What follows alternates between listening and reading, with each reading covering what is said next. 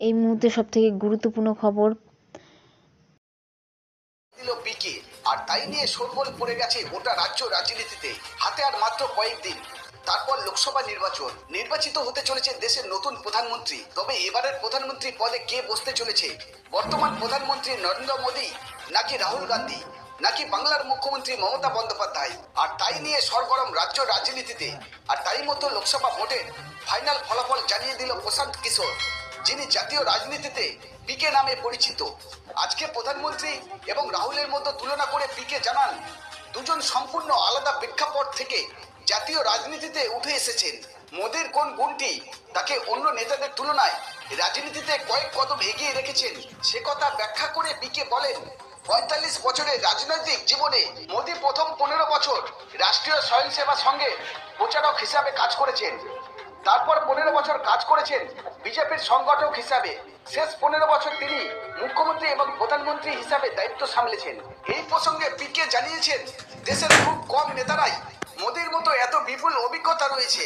মোদির কথা বলার ভঙ্গিমা হিন্দুদের সপক্ষে হয় ইত্যাদি বিষয়কে স্বীকার করে মোদির অভিজ্ঞতাকে সাফল্যের বড় কারণ হিসাবে চিহ্নিত করেছেন আজকের পিকে। পিকে বলেন, এখনই লোকসভা ভোট হলে বিজেপি এবং তাদের পরিচালিত জোট এনডিএ অনেকটাই এগিয়ে থাকবে, এমনটাই দাবি করেছেন পিকে। তিনি বলেন, রাজনীতিতে ২ মাস অনেকটা সময়, সেক্ষেত্রে বিরোধীরা ভোটের চমক দেখাতে পারে, এমনই ইঙ্গিত দিয়েছেন পিকে। তারপর তিনি লোকসভা আসন নিয়ে তার হিসাব দেখিয়ে দিলেন ফাইনাল রেজাল্ট কি হতে চলেছে। পিকের মতে বিজেপি ৩১০টি আসনে এগিয়ে থাকবেন, কংগ্রেস ১৩০টি আসনে এগিয়ে থাকবেন এবং তৃণমূল সহ অন্যান্য দলগুলি ৯০ থেকে ১০০টি আসন পেতে পারে বলেই এমনই ভবিষ্যৎবাণী করেছেন পিকে। তিনি আরো বলেন, এবার লোকসভা ভোটে বিপুল ভোটে এগিয়ে থাকবেন বিজেপি। এবারও দেশের প্রধানমন্ত্রী হিসাবে নির্বাচিত হতে চলেছে নরেন্দ্র দামোদর দাস মোদী। পিকের এমন ভবিষ্যৎবাণীর পর শোরগোল পড়ে গেছে পুরো দেশে।